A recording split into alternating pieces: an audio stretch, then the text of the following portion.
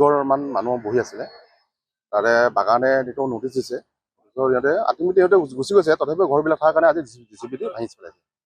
আমাৰ দীৰ্ঘদিনীয়া দাবী, যি দাবীয়ে আমি আন্দোলন কৰি আছিলোঁ। আমাৰ মধ্য অসমত 7টা ট্ৰাইবেল বেল আছে। তাৰে এখন হৈছে পলাগুৰি ট্ৰাইবেল বেল। পলাগুৰিটো মানে অবৈধভাৱে বেদখল হৈ আছে। তেওঁলোকক মানে মুক্ত কৰিবলৈ কাৰণে আমি দাবী জনাই আছিলোঁ।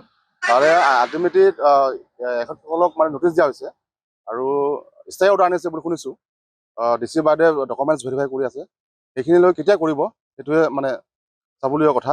আৰু আমি দাবী জনাইছোঁ DC মহোদয়ে যাতে অতি সোনকালে মানে ডকুমেণ্টছ ভেৰিফাই কৰি কেনে আমাৰ উচিত কৰিবৰ কাৰণে আমি দাবী জনাইছোঁ। কিমানমান বিঘাত বেদখল হৈছে? বেদখল আমাৰ ইয়াতে মিনিমাম 650 ঘৰ হাউচ ওলাইছে আৰু 650 ঘৰ হাউচ ওলাইছে।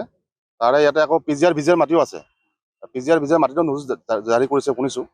কিন্তু সেইখিনি হৈছে বঙালী মানুহ, হিন্দু বঙালী মানুহ আছে আৰু ট্ৰাইবেল মানুহো আছে। PGR ভিজিত বহি আছে এনেকুৱা। সেইখিনিকো তেওঁলোকে নোটিচ দিছে। মোৰ কথাটো হ'ল কি ট্ৰাইবেল মানুহে হওক বা মানে হিন্দু মানুহে হওক, মানে PGR ভিজিত থকা চৰকাৰী মাটিত কিন্তু উচিত কৰিব লাগে। সদুতীয়া ছাত্ৰ সন্থাৰ দীৰ্ঘদিনীয়া দাবী, যি আমাৰ 13 নং নীলিখোলা সমষ্টিৰ পলাগুৰি ট্ৰাইবেল বেল্ট এণ্ড ব্লক, এই ব্লকৰ আমাৰ যি অবৈধ বেদখলকাৰীসকল যি যেনেধৰণেৰে ইয়াতে অবৈধভাৱে কিনা বেচা কৰি বেদখল কৰি ঘৰ সাজি আছিলে, সেইসকলক আজি প্ৰথম পৰ্যায়ে যিটো আমাৰ যি আমচৈতি মানে ষ্টেট, যি আমচৈ চাহ বাগিচাৰ আৰু নীলি থানাৰ বেক চাইডে যিখিনি আজি বেদখল মুক্ত কৰিছে, আমি পোনপ্ৰথমে আমি অসম চৰকাৰক ধন্যবাদ জ্ঞাপন কৰিছোঁ।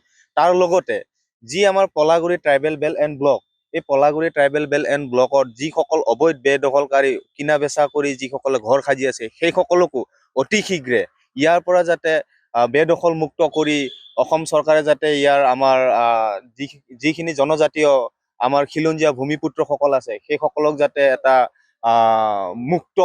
মুক্ত কৰি দিয়ে, বেদখল মুক্ত কৰি। তাৰ বাবে আমি সদুতীয়া ছাত্ৰ সন্থা মৰিগাঁও জিলা সমিতি আৰু সদুতীয়া ছাত্ৰ সন্থা কেন্দ্ৰীয় সমিতিৰ তৰফৰ ফালৰ পৰা আমি বিনম্ৰ অনুৰোধ জনাইছোঁ যাতে আমাৰ অনাগত দিনত আমাৰ ল'ৰা ছোৱালীবোৰ শান্তিৰে আৰু সম্প্ৰীতিৰে যাতে ইয়াতে ভাতৃত্ববোধেৰে আমাৰ যিসকল মানে ইয়াৰ খিলঞ্জীয়া ভূমিপুত্ৰ আছে, আমি সেই খিলঞ্জীয়া ভূমিপুত্ৰসকলে যাতে এক মানে মাৰ বান্ধি থিয় দিব পাৰোঁ আৰু জাতিটো যাতে সুৰক্ষিত কৰিব পাৰোঁ, তাৰ কাৰণে আপোনালোকৰ সন্মুখত আমি দাবী জনাইছোঁ।